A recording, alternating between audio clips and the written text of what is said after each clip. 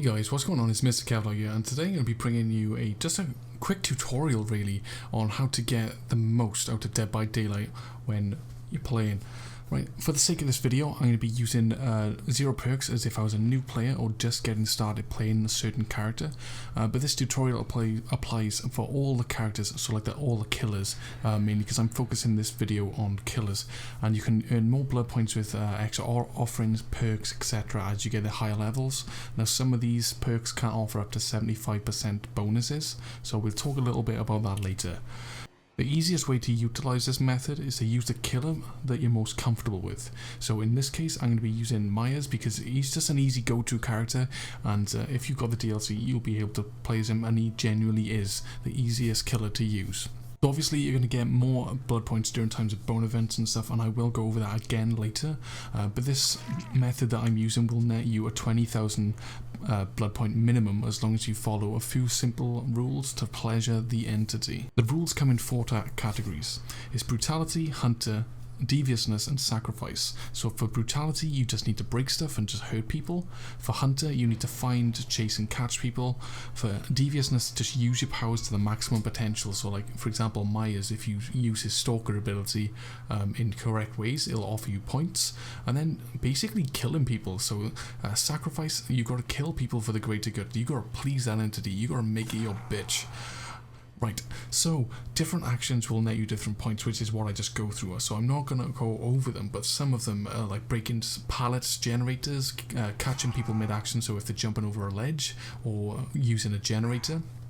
Hitting people, setting traps for people with certain killers, chasing people, finding people, hooking people, and any quitter bonus you get. So if people rage quit, you get like up to like 2,500 or 2,650. It's one of those, but it's an amazing amount. If all of them go, you'll get copious amounts. Trust me, you'll get loads.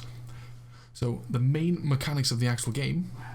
Yeah, that's what I'm telling you to basically follow and to actually do. This is a tutorial of how I tell you should be playing the game, how it's meant to be played.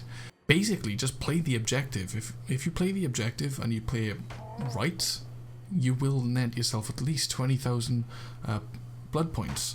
So you can see parts of this video where I just hit people and basically play the game. And being honest, I did play really bad in the game where people escaped before I got to the hook, so they wiggled free, and then due to my own idiotic errors really, I missed attacks and I just missed, my accuracy was terrible and I did really bad.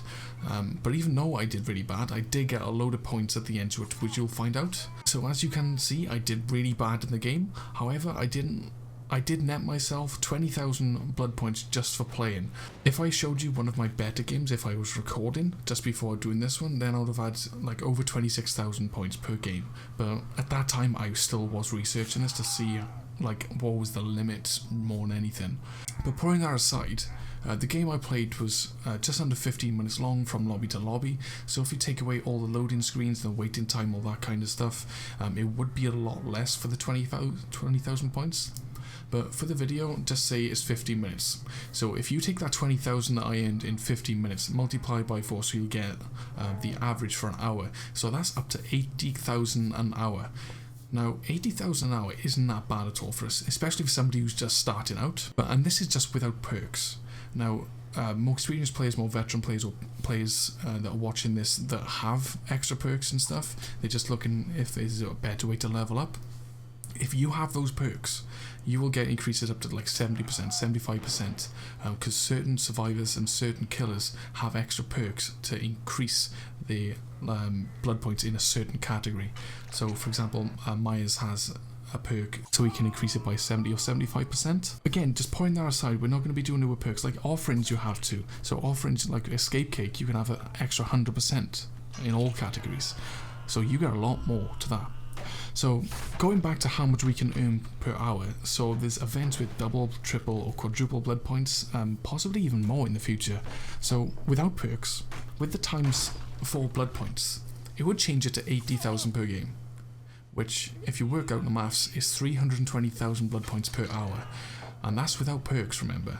With extra perks you can get a hell of a lot higher, and with just the 20,000 per game going up to 320k an hour, you'll be able to prestige a character in 5 hours or less with this method. So I hope you enjoyed the video, guys. I will be doing a survivor version of this as well, so I just got to do a little bit of research just to make sure that I can guarantee a certain amount before I actually record it and do it.